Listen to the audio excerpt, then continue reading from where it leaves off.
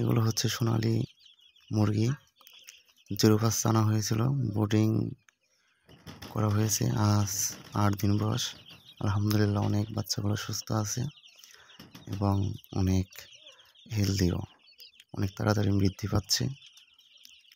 আর এই শীতের মধ্যে বাচ্চা টিকিয়ে রাখার সবচেয়ে বড় একটা চ্যালেঞ্জ।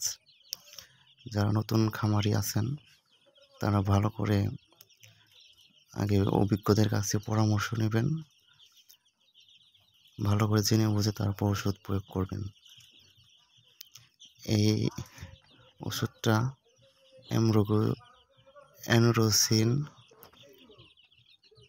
এটা 1 মিলি 2 লিটার পানির সাথে মিশিয়ে তারপর প্রতিদিন পানির পাত্রে দিবেন। এটার সাথে নির্দেশনাও লেখা আছে সব গায়েই, এটা দেখে নেবেন।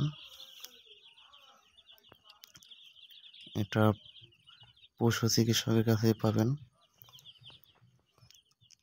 এটার দামও গায়ে লেখা আছে। দেখছেন বাচ্চাগুলো অনেক সুন্দর আছে। আর শীতের মধ্যে যথেষ্ট পরিমাণে লাইটের ব্যবস্থা রাখবেন।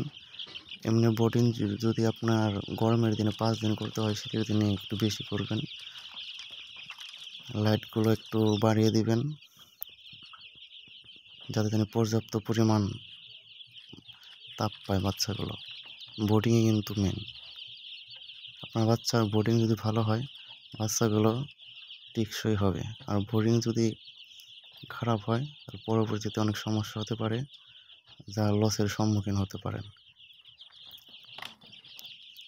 ধন্যবাদ। পাশে থাকবেন সাবস্ক্রাইব করে।